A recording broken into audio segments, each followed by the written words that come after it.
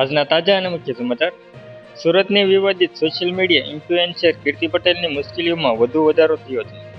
બદનક્ષી અને ખંડણી જેવા ગંભીર ગુનાઓમાં જેલવાસ ભોગવી રહેલી કીર્તિ પટેલ સામે હવે ગુજરાત લેન્ડ ગ્રેબિંગ એક્ટ હેઠળ નવો ગુનો દાખલ થયો છે.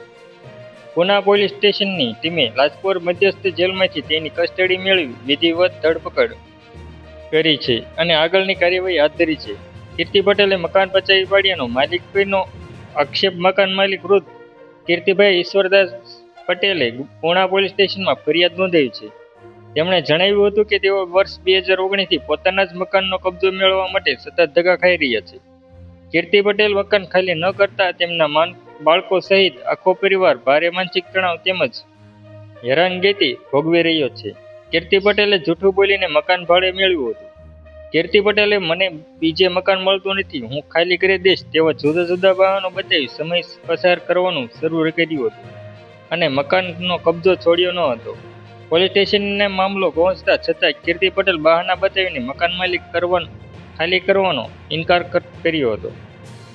કીર્તિ પટેલે કોરોના સમયગાળાના સરકારી નિયમોનો ગેરલાભ ઉઠાવી મકાન ખાલી પણ ન કરી અને 2019થી અત્યાર સુધી ભાડું પણ ચૂક્યું નથી.